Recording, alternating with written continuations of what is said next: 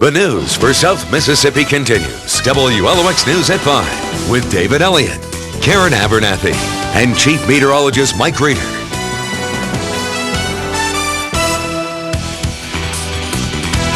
The EPA has a new technology that could help keep oil out of the Mississippi Sound, but there have been delays putting it to use.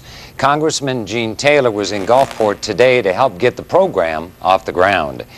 Elizabeth Vowell takes a closer look at EPA's Aspect aircraft.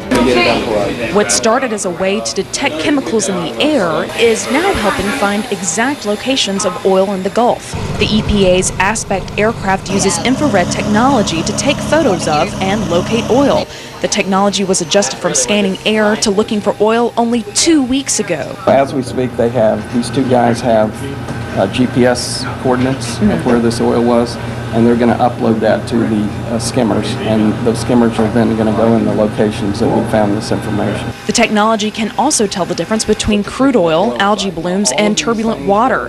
This allows boats to be better prepared for the cleanup. They don't get caught short-handed, and above all, they don't waste anybody's time, because we want to catch every drop of this before it ever hits our shoreline. That might sound good, but the EPA still doesn't have authorization from the Coast Guard to use the program.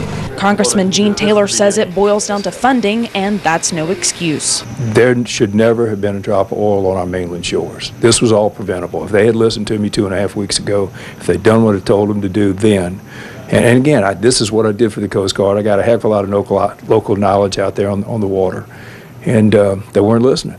And so I'm going to see to it that they're going to listen, or I'm going to tell the President of the United States, let me run the show. And I mean let me run the show, and I'll fix it. EPA officials expect the authorization to come through quickly and already have Coast Guard officers helping to process incoming information. In Gulfport, Elizabeth Vowell, WLOX News.